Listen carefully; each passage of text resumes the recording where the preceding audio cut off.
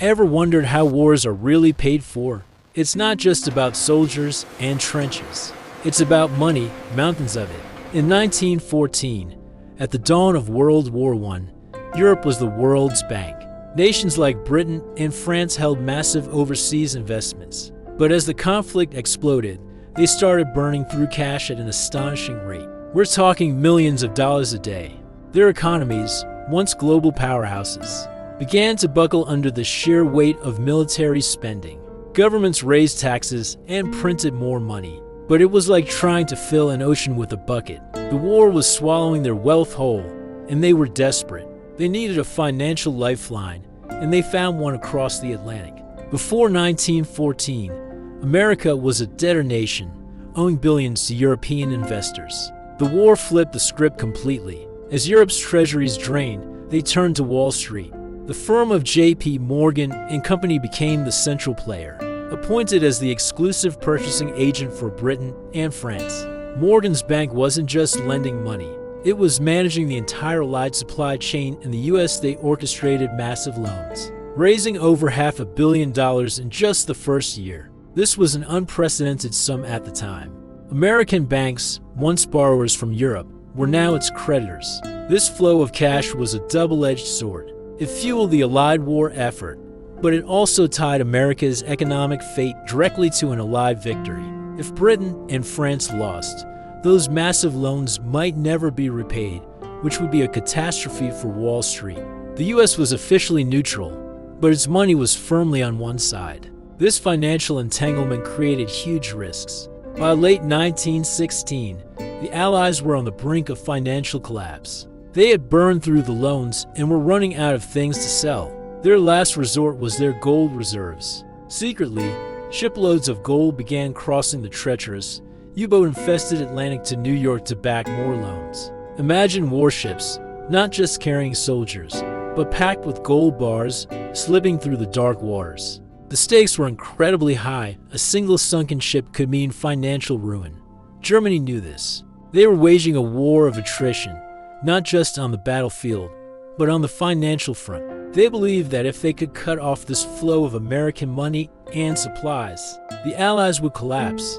This desperation led Germany to make two of its biggest blunders. First, they announced a policy of unrestricted submarine warfare, vowing to sink any ship heading to Britain, including American ones. They were betting they could starve Britain into submission before America could mobilize. Second, they sent the infamous Zimmerman telegram. This secret message proposed a military alliance with Mexico against the United States, promising to help Mexico reclaim Texas, New Mexico, and Arizona. When British intelligence intercepted and decoded this telegram and passed it to the Americans, public outrage exploded. Neutrality was no longer an option. The sinking of American ships and the threat of an attack on its own soil pushed President Woodrow Wilson to ask Congress for a declaration of war in April 1917. America was officially in the fight. Now, the U.S. government faced the same problem the Allies had: how to pay for an industrial-scale war. The answer was a masterstroke of public finance and propaganda: the Liberty Loans.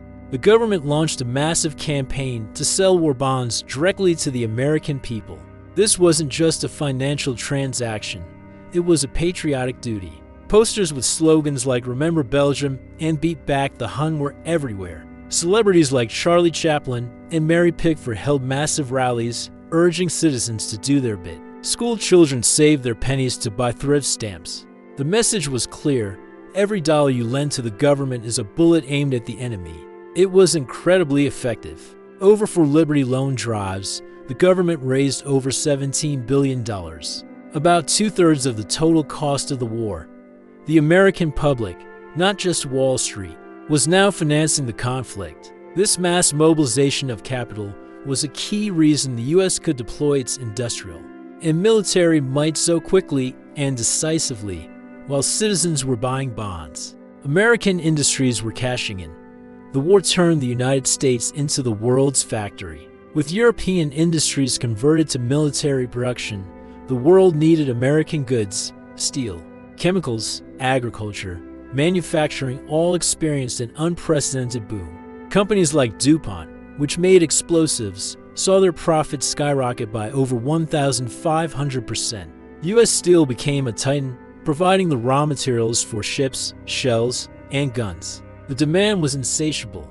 Factories ran 24/7, wages rose, unemployment vanished, and new millionaires were minted. This wasn't just about supplying the American army. It was about supplying the entire Allied war effort. The same J.P. Morgan & Co. that arranged the initial loans was now coordinating purchases of everything from wheat to locomotives. America wasn't just the world's new banker, it was its indispensable workshop. The profits were staggering, and they fundamentally reshaped the American economy, accelerating its rise to global dominance. The war ended in November 1918, but the financial story was far from over. The Treaty of Versailles, signed in 1919, imposed crippling war reparations on Germany, demanding they pay for the damages caused by the conflict. The Allies, in turn, owed massive debts to the United States. This created a toxic, unstable triangle of debt. America demanded repayment from Britain and France. Britain and France, unable to pay from their own shattered economies, demanded reparations from a bankrupt Germany.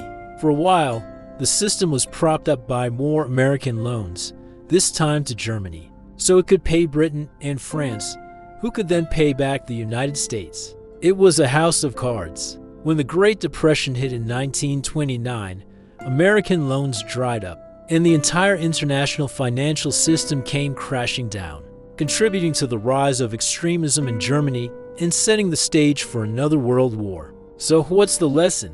World War I was a brutal education in modern finance. It showed that wars are won not just with soldiers, but with credit, industry, and economic power. It marked the moment the world's financial center of gravity shifted from London to New York. The profits were immense for some, but the debts left a legacy of instability that haunted the globe for decades. It's a powerful reminder that when nations go to war, the consequences are measured not just in lives lost, but in fortunes made and economies broken, with ripples that can last for generations. Thanks for watching. If you found this interesting, consider subscribing for more deep dives into history. See you next time.